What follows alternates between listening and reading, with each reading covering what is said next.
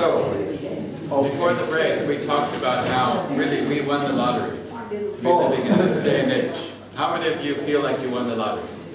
If you actually won the physical material lottery now, millions of dollars, how would you feel? Happy? Would you feel happy? Yes. Okay. Well, you won the lottery even harder than anything else. You won the lottery harder than anything else. And when we go to the next world, we are going to realize to what an extent the opportunity has been given to us. Somehow, we've been chosen. I'm going to read a message from the Universal House of Justice that came 3 days ago, where they quote from Abdu'l-Baha that says, every one of you Baha'is have been chosen for this particular job. We're going to read that later. But somehow you've been chosen. I don't know why he chose me, and I don't know why he chose Ilango and all the rest. I have no idea, but he did. It says in the long obligatory prayer, thy grace hath raised me up and led me unto thee. Who otherwise am I that I should dare to stand at the gate of the city of thy nearness? In other words, God has raised you up. I don't know why he raised you up. You don't know why, but we're going to try and figure this out because Ilango is still concerned. Let's go back and read what Baha'u'llah says, or this is Abdu'l-Baha now, about this day and age. He says, how thankful must we be for having been made in this day the recipients of so overwhelming a favor. Would that we had 10,000 lives, that we might lay them down in thanksgiving for so rare a privilege, so high an attainment, so priceless a bounty. How many of you have 10,000 lives? You don't. But even if you did, if you gave them all, it wouldn't be enough payment for the privilege he gave us to live in this day and age. But the privilege is that we are able to do something in this day and age that no one else is going to have the opportunity to do. Abdu'l-Baha says, the holy ones of past ages and centuries have each and all yearned with tearful eyes to live, though for one moment, in the day of God. So all the holy ones and the saints of past ages, they have tearful eyes saying, can I live in this day? And for some reason we get to live. Abdu'l-Baha says, their longings unsatisfied, they repaired to the great beyond. How great, therefore, is the bounty of the Abha beauty, who, notwithstanding our utter unworthiness, so Ilango, let's make this clear, it's notwithstanding your complete unworthiness, but how great, he says, is the bounty of the Abha beauty, who, notwithstanding our utter unworthiness, hath, through his grace and mercy, breathed into us in this divinely illumined century the spirit of life, hath gathered us beneath the standard of the beloved of the world, and chosen to confer upon us a bounty for which the mighty ones of bygone ages have craved in vain.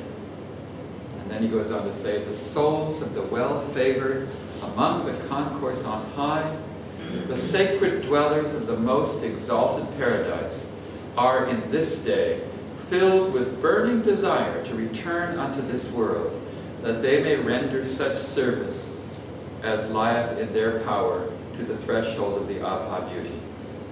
The souls. In other words, this is the big game. What is the biggest game that you ever watched in sports in Singapore? Is it the World Cup? Is it Manchester United last night playing on the TV? Yeah. Okay, there, who cares? But is it the World Cup, or is it the World Series, or what is the biggest game possible? The Olympics, okay. But something, the World Cup, okay. That's the big game. That's what this is in terms of human history. It's the big game. And here, Abdu'l-Baha is saying that up in the next world, the holy ones and the saints and the chosen ones of the past, Muhammad and Abraham and Jesus, and they're all on the bench up there in the next world. And they're watching the biggest game of all. And they say to the coach, put me in the game, coach. Put me in the game. And the coach says, no, I'm going to go with the players that I've put in the field.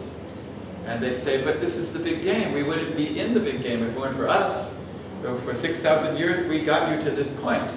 Now, let us play in the game. And the coach says, no, we're going to stick with the players that I've chosen. And so they look down and they see Ilango and they see all the people and they kick the goal into the wrong goal. I don't know, they do all these things. And they turn to the coach and the coach says, don't worry, I'll send them a 5-year plan, I'll do something, but this is the team I've chosen to play the biggest game in history. Is that fair that we get to play the game? And do we win?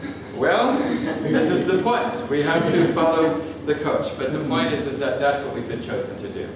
And even the saints of bygone ages want to play in this game. They're yearning with tearful eyes, they're crying up there in the next world that they can come down. There's an old story, ancient story of Sufi mystics, and they talk about a camel rider who's riding on a camel through the desert for a long, long journey. And as he's walking, riding his camel through the desert, he comes up to a dried up riverbed. And the riverbed is completely dry, and a voice calls out from the sky and says, "Stop, get off your camel and gather the stones in the dried up riverbed." So he says, okay. He gets off his camel, he picks up a big handful of stones from the riverbed, and he puts them in his saddlebag. And the voice cries out again and says, "Good, because you have obeyed, tomorrow you will be both happy and sad." What do you mean, both happy? How can you be both happy and sad? It doesn't make any sense. So he gets on his camel and he rides off, rides the whole day, and at sunset he makes camp, goes to sleep.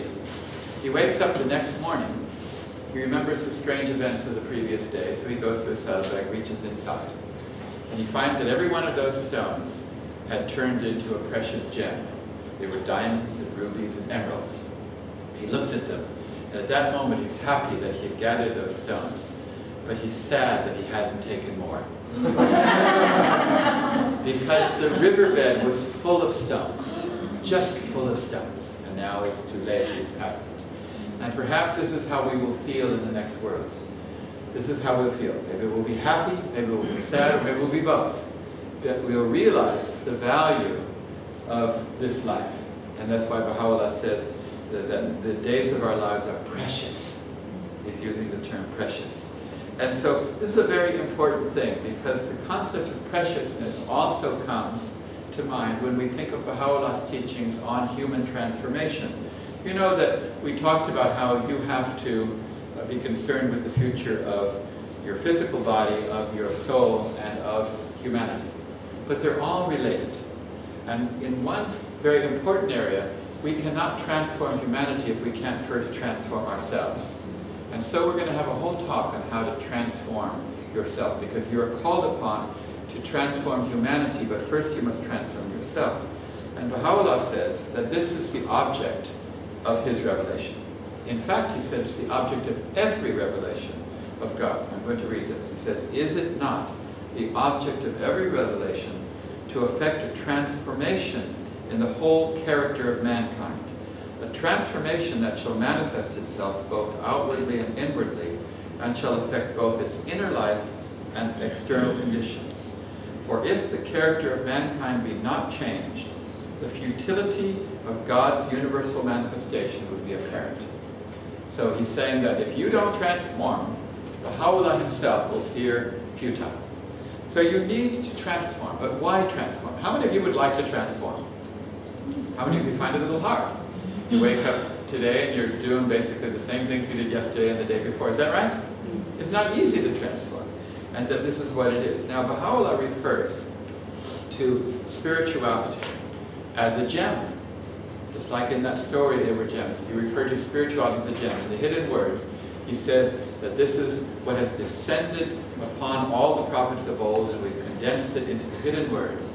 He says that they may obtain the gem of divine virtue, that you may become a gem. And in another passage, Baha'u'llah says, regard man as a mine rich in gems. This is a mine rich in gems. In other words, somehow inside every one of you are gems. But how hard is it to find gems in the world? A miner, to find the gems, he has to work hard, isn't that right? They're just not falling all over the place. You have to very carefully go deep. You have to know the land formations and what kind of land and where it is and where to dig to find a gem. But gems are the symbol of spiritual virtue. Do you know how gems are created?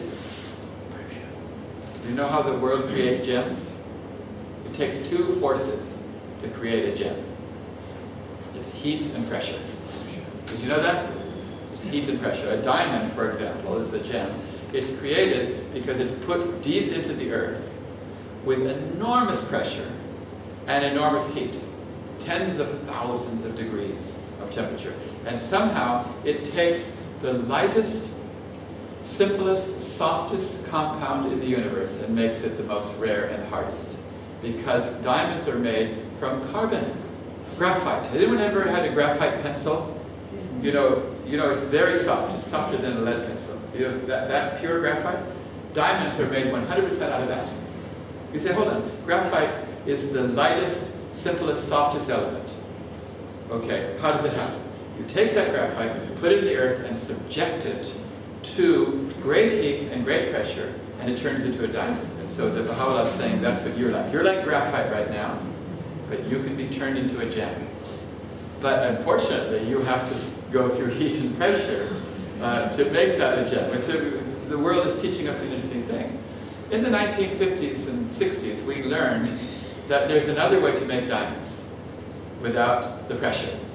It's a very interesting thing. There's another way to make diamonds without the pressure, because they found some meteorites came to Earth, and they looked at the meteorites, and some had diamonds in them. Okay, and they said, okay, we can understand that there can be the heat out there, but how can you have the pressure without a planet pushing on it?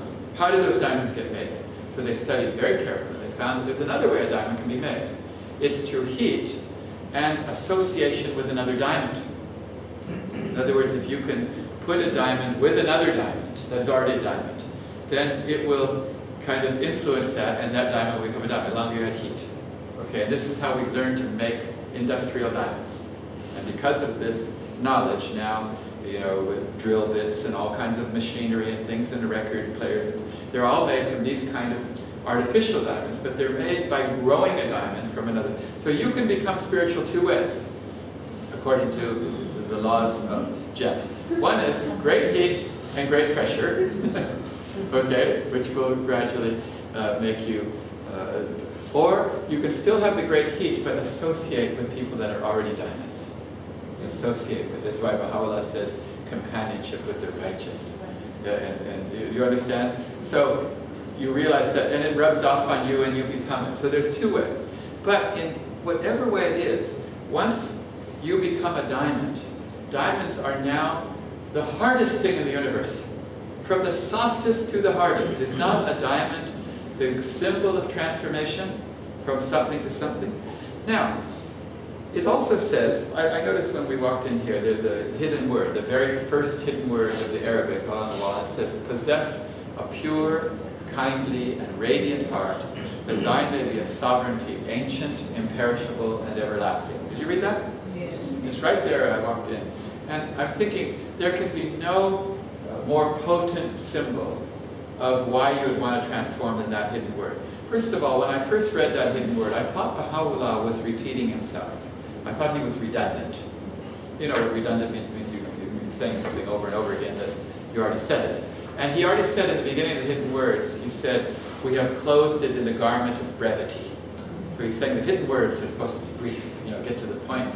He's going to get to the point. And then he says, ancient, imperishable, and everlasting. And I'm saying, but those are all three the same thing. That's what I'm thinking, because that's kind of the way I think. I said, why do you have to say three words? Then I was reading the Seven Valleys, and Baha'u'llah says that you can divide eternity or time into three categories. One is a kind of time, and there were three words. I can't remember exactly what they were, but go look at the Seven Valleys and you'll find it. And one kind of time, he says, is time that has a beginning and an end. It's one kind of time that has a beginning and an end. Like you read a book, it has a beginning and an end, or you hear a speech, or you see a movie, or this life has a beginning and an end. There's a certain kind of time, okay? He says there's another kind of time that has a beginning but has no end. As if you could think of a hose where it starts here but goes into the future. And it goes forever and ever and ever. He says there's another kind of time that has an end but it had no beginning. Okay? It has an end but it had no beginning. And there's a fourth kind of time, he says, that has no beginning or end. Which is amazing, right? And he says there's four kinds of time. So then when I read that, I went back to the hidden words and I realized ancient. What does ancient mean? It means that it goes back and has no beginning, but it could die tomorrow. An ancient thing could die tomorrow. So it has no beginning, but it has perhaps an end. Then he says the imperishable. And imperishable means that it has no end in the future, but who knows, it may have just been created today or something. And everlasting means all three. So I realized that Baha'u'llah was making it very clear that if you can purify your heart, suddenly you acquire the ability to be everlasting. Now this is amazing. Now I could understand if I suddenly purified my heart, I can understand how I can acquire everlasting into the future. But how do you purify your heart and you get everlasting into the past? How does that work? Do you understand? It's an amazing hidden word. Because somehow he says, if you can just purify your heart, you can somehow become an everlasting creature, an everlasting being. And then I immediately realized, this is the reason why gold has always been prized. Because I don't know if you understand, the reason gold is valuable is that it's incorruptible. Gold does not in any way degenerate or corrupt. If you take a pure piece of gold and put it on the ground, it will be the same in 1,000 years as it is today. It will be the same in 1 billion years. Do you know that? That's the reason gold is incorruptible. And that's why I would say you have a heart of gold. It's because it's pure. So gold is also a symbol for human transformation, and gold becomes everlasting. Gold is everlasting. And diamonds, you know how they say diamonds are forever? So this is why Baha'u'llah uses gold, the transformation of metals into gold, or gems of divine virtue, or man is a mind rich in gems, that somehow within you is the ability to become everlasting. And you do so by purification. So this is this not motive to become transforming? Now, I want to ask you a question. How many of you, when you're about to go on a long trip, you are packing your bags the night before? Who's packing their bags the night before? Okay, say you're going to go on an airplane, you know, you're going to go to Europe or Australia. How many of you are packing the night before? How many of you are madly packing the night before? Pack, pack, pack. How many of you the next morning before you go, you're still packing? You do that? How many of you as you're driving to the airport are still thinking, what did I pack, what did I not? You like that? Okay, that's what I'd like, okay. Now, why is that? Why are you so madly packing before you go on an international journey? Because you can't come back, and you're thinking very carefully, well, what do I need over there? What is necessary over there? Maybe you're going to a place that the weather is different or the climate is different. So what do I need over there? You're not so much concerned now about what you need here because you know you're going to take that journey and you're concerned, what do I need over there? Isn't that right? Yes. And maybe some things you can't take over there anyway, or they're not needed. If you're going camping, for example, you're going to think, what do I need? I need a flashlight, I need a tent, I need a compass, or whatever I need. You're probably not thinking now about your 50-inch color television set, or something that you can't take over there with no electricity. So your whole orientation is that you're concerned what you need over there and what you have to take. Now, every one of us are going to go on a journey. We're all going to take a journey. It's a flight. The only difference between the flight that you're going to take at some stage and the air ticket is that there's a date on your airline ticket. So you know exactly when the flight's going to happen. There's this other flight that we don't have a date. Okay? This other flight, we don't have the date on the ticket. I wish I could tell you the date. It could be today. You don't know when it is. Because Baha'u'llah says, death unheralded shall come upon thee, and thou shalt be called to give account for thy deeds. So you don't know when you're going to go, but you better have your suitcase packed. You better have your suitcase packed. Now, there are many things that you can take to the next world, and there are many things that you cannot. And we're told that you cannot take with you your house, and you cannot take your car, and you cannot take your job, and you cannot take your position in life, and there's lots of things you cannot take. And then there are some things you can take. And the things you can take are the good qualities of the human heart, or the human soul. You can take love, you can take compassion, you can take forgiveness, you can take kindness, you can take generosity. These are things that can go in a suitcase and will get through securely. Now originally, when I was traveling a lot, I got very upset that they wouldn't let me through security. They stop you and they check everything, and they won't let you take shampoo down through. And I said, when is the last time a 747 was brought down by shampoo? I said, I don't really understand why they stop all these things. You don't know why they do it. But then I realized this is a very spiritual concept, because it's teaching me that there are some things you can take through and there's some things you cannot. And that's a reminder that we have to constantly remember, because we are going to go through, every one of you are going on that journey. Nobody has been able to prevent themselves from getting on that plane. Okay, and you need to pack your bags. Now, the point is that I ask you right now, what is in your suitcase? What is in your suitcase that you can take through? What kind of love do you have? What kind of compassion? What kind of forgiveness? What kind of journey do you have in your suitcase right now? Because that's the only thing. Do you want to take an empty suitcase to the next world? So this is the point. The whole point of life is to be concerned about what's in our suitcase, because we're going to take that journey. And Adi Baha was asked how to become a Baha'i and live the life. And he said the first thing to do is to acquire a thirst for spirituality. So you say, okay, good, thanks a lot. How do I get a thirst for spirituality? And he says, to acquire this thirst, one must meditate on the future life. If you meditate on the future life, then you'll get that thirst, and then you can live the life. So in order to live the life, you have to be concerned that you are going to go on a journey and you need to pack your bags.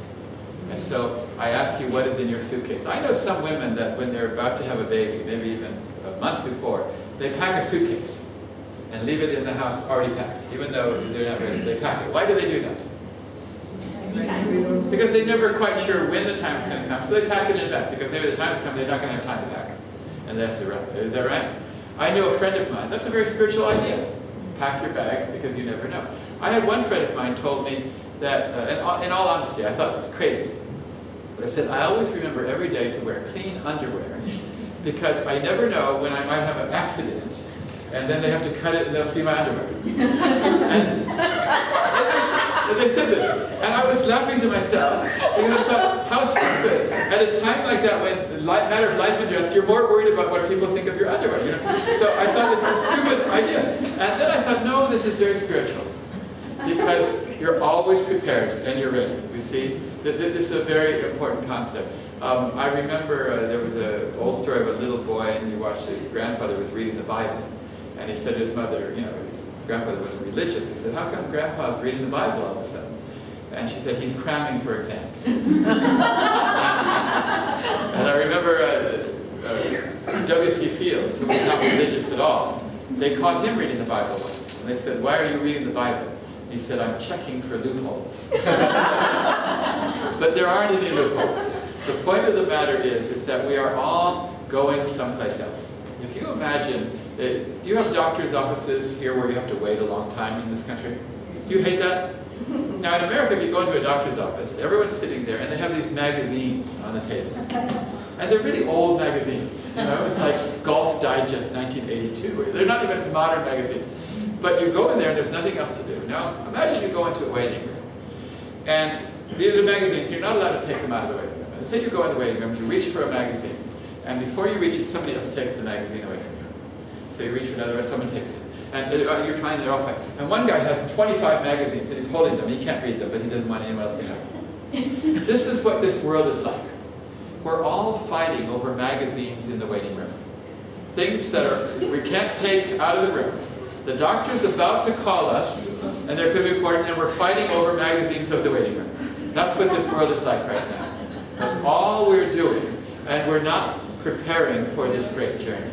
So spiritual transformation is the important thing that we need to understand and develop. So we're going to have a whole talk. I can't remember what day, but you had something. This evening. Oh, this evening? Yes. Oh, then we'll get to it later. So this is the point. There is a call from Baha'u'llah that says you need to answer my call by being concerned with the development of your body, your soul, and mankind. And of course, in this call, he says, dedicate the precious days of your life to the betterment of mankind. But you can only do that by transforming your soul. So they're all kind of related. Now, if we want to get an answer, the Alango is still concerned. Who are you? who's calling, where are you calling from, and why are you calling? And Shoghi Effendi gave an interesting statement in the book. It's called The Dispensation of Baha'u'llah. This book really answers Elango's first few questions. Shoghi Effendi wrote a letter to the Baha'is. It's called The Dispensation of Baha'u'llah. It's published in a book now called The World Order of Baha'u'llah, and it's the 6th chapter. I wish it wasn't the 6th. I wish it was the 1st, or I wish it was a separate book. Originally it was a separate book. Because Shoghi Effendi said it's his will and testament. He said this to many people, and he also said, Rekonim reports, that he had said everything he needed to say in that one letter. So if you go back and read it. In this letter, basically, Shoghi Effendi explains who is Baha'u'llah, who is Abdu'l-Baha, who is the Bab, what is the administrative order. It is a basic statement of Baha'i belief. And in the early days, Baha'is studied it and reread it once a year. It's such an important document. So the answer to the question, who's calling, where are you calling from, why are you calling, can be found in this document of Shoghi Effendi called The Dispensation of Baha'u'llah. And so I went back and I read it, just to help Elango, and understand his questions. And I found that Shoghi Effendi said that there are 4 things that are great that you need to understand. Not one great thing, but 4 great things. 4 great things. And so I want to see if we can understand what they are. Because in order to answer Elango's question, we need to know what are these 4 great things. He says, first you need to understand the greatness of the claims of Baha'u'llah. What he's claiming to be, you need to understand those things, but they're great. The second, you need to understand the greatness of the forces, the spiritual forces that he's released, the mysterious forces. Are we also going to talk about that in a separate talk? Okay, so you need to understand the greatness of his claims, the greatness of the spiritual forces that have been released. The third, he says, is that you need to understand the greatness of the day that you live in, the period of time that we happen to live in. We've already talked a little bit about that in terms of relationship of history, but you need to understand how great is this day. In other words, somebody can be great, there can be forces, but also the time itself can be critical. In life, certain times are more important than other times. So he says you need to understand the greatness of his claims, the greatness of the forces he's released, and the greatness of this time in history, this day. And there's a 4th greatness that you need to understand. Who can guess what that is? You've got the claims of Baha'u'llah, you've got the forces he's unleashed, you've got the greatness of this period in history. What is the 4th thing that you need to understand that's great? Our responsibility? Close, but even more than that. Close. The greatness of you. The greatness of the true believer. Shoghi Effendi, you need to understand that too. In other words, that's part of the picture. Let me read the statement from Shoghi Effendi. He says, whether in his assertions of the unprecedented claim he has advanced, so that's the claim, or his allusions to the mysterious forces he has released, claims and forces, whether in such passages as extol the glories of his long-awaited day, the day, or magnify the station which they who have recognized its hidden virtues will attain. So you see there's the 4 things, the station that to attain. He says, in any of those 4 things, he says, Baha'u'llah, and to an almost equal extent, the Bab and Abdu'l-Baha have bequeathed to posterity minds of such inestimable wealth as none of us who belong to this generation can befittingly estimate. So basically he's saying that Baha'u'llah has left us with the answer to these 4 things. So since we're going to talk about all of these in general, let's leave the forces a moment in the day, and let's talk first about the station of the true believer. The station of the true believer. Okay, here Baha'u'llah speaks about you, if you are a true believer. He says, by the sorrows which afflict the beauty of the all-glorious. Such is the station ordained for the true believer, that if to an extent smaller than a needle's eye, the glory of that station were to be unveiled to mankind, every beholder would be consumed away in his longing to attain it. For this reason it hath been decreed that in this earthly life the full measure of the glory of his own station should remain concealed from the eyes of such a believer. So Elango says, why are you calling me? And Baha'u'llah says, if I were to tell you, just to the extent of a needle's eye, the answer, everybody in the whole world would be consumed alone. So for this reason, I'm going to conceal from you, Elango, the answer to that question. So there's an answer to the question, and it's concealed from Elango. Is that amazing? Is that amazing? Let me read another. Baha'u'llah continues. He says, if the veil be lifted, and the full glory of the station of those who have turned wholly towards God, and in their love for Him renounce the world be made manifest, the entire creation would be dumbfounded. So if I could tell Elango right now, the full station of him, if he turns towards God in response to His call, if I could tell him, everything in creation would be dumbfounded. Here's another station, this thing Allah says. The station which he who hath truly recognized this revelation will attain is the same as the one ordained for such prophets of the house of Israel as are not regarded as manifestations. What is he saying there? Read it again. The station which he who hath truly recognized this revelation, if you truly recognize the revelation of Baha'u'llah, the station is the same as the one ordained for such prophets of the house of Israel as are not regarded as manifestations. He's talking about Daniel and Isaiah and Ezekiel and all the prophets of the Old Testament.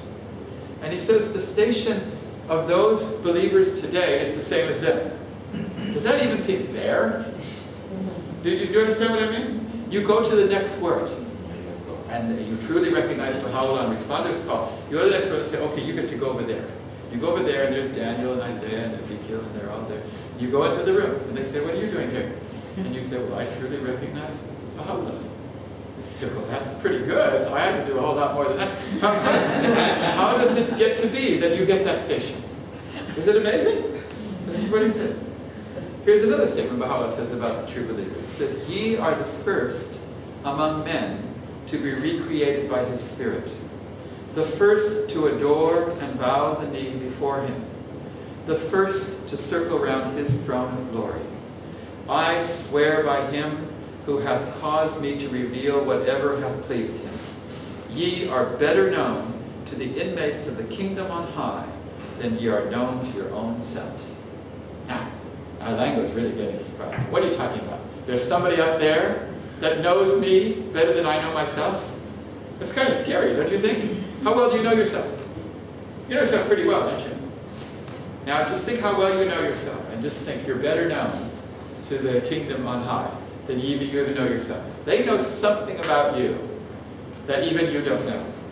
Now, you may say to Baha'u'llah, come on, you're exaggerating. Elango actually said that to him. He said, oh, come on, Baha'u'llah, you're exaggerating. And Baha'u'llah says, I'm glad you asked that question. He continues. He says, think ye these words to be vain and empty? Would that ye had the power to perceive the things your Lord, the All-Merciful, doth see. Things that attest the excellence of your rank, that bear witness to the greatness of your worth, that proclaim the sublimity of your station. God grant that your desires and unmortified passions may not hinder you from that which hath been ordained for you. He says, if you could just see the things that we see of you. See, you underestimate yourself. And he hides this from you. There's another passage in which Baha'u'llah says that if you were to reveal to you, just a twinkling of an eye, he says you would swoon away and die.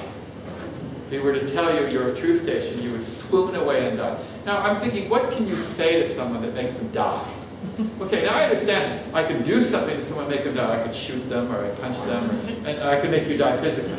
But how can I just speak words, and that knowledge just makes you die? I just go to them and say something, they die. Okay, you understand? Just pure knowledge and words makes you die. Baha'u'llah says, if I gave you that knowledge, you would die. You would just swoon away and die with that knowledge. So that's why I guess he's not going to tell you. So Elango says, why are you calling me? He says, I better not tell you. I better not tell you. But if you could see the things I see in you, Elango, if you could see your true destiny, true station, then you would understand your worth. This is the true believer, why he's called upon. Now, why does he want the true believer? Why does he want the true believer in this day and age? And that is because Baha'u'llah is referred to as the Lord of Hosts. You've heard of this term, Lord of Hosts? It occurs more than 300 times in the Old Testament, Lord of Hosts. Now, for thousands of years, we thought that the Lord of Hosts was that hosts were armies. Hosts were armies because that's originally one of the meaning of the word host. They were an army that helped other people. So today we use the term host if you help somebody or serve somebody, but originally it was armies. And so for thousands of years, we thought the Lord of Hosts were the concourse on high, or the angels that came down and served God. You know, they're up there, okay, and certainly there are those angels. But Abdu'l-Baha said a very interesting thing. You can look it up, it's in the High Word Faith. He says the meaning of Lord of Hosts is that the hosts are you, Baha'is in this day. You are the hosts. You're the angels of God. And so there is a power that the true believer has if he arises to assist Baha'u'llah. A certain power. Now, Elango might say, can I do what I'm going to be asked to do? You still don't know what it does. And this kind of reminds me of the old story. There's an old story of it was a man actually from Singapore, believe it or not. He went to the United States, he was from Singapore, and he went to New York City, and he went to the top of the Empire State Building.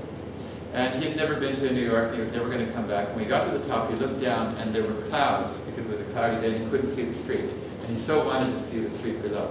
And there were two Americans sitting next to him, and he said, oh, I'm so disappointed, I can't see the street, and I wanted to see it, you know, there's a long chance. And one of the Americans said, oh, but that's a very special class. And he said, they're not just ordinary class. If you jump off the building, you'll hit those clouds and you'll bounce right back. They're so thick.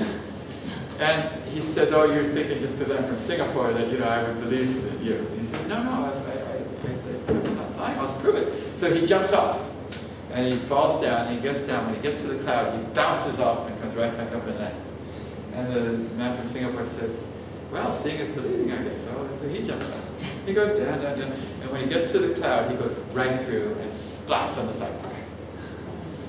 And so then the other American turns to his friend and says, you know, sometimes you can be really mean, Superman.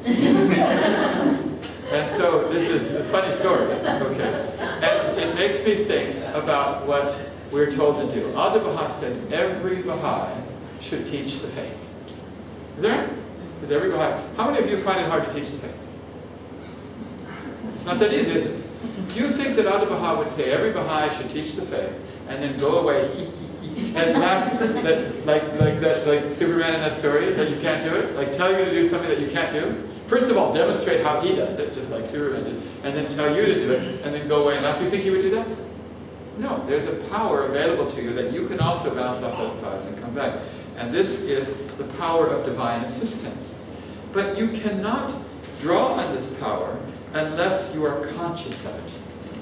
Unless you are aware that it is there. Because if you're not conscious of it, then you will either not do it, because you know, let's say that there's a huge army out there, and you're alone, and you want to walk in alone, okay? And they've got guns. Are you going to walk in? Probably not. But let's say you have a bigger army behind you, and would you march in? So being conscious that you have this army enables you to go and do this. Baha'u'llah says this, by the righteousness of God.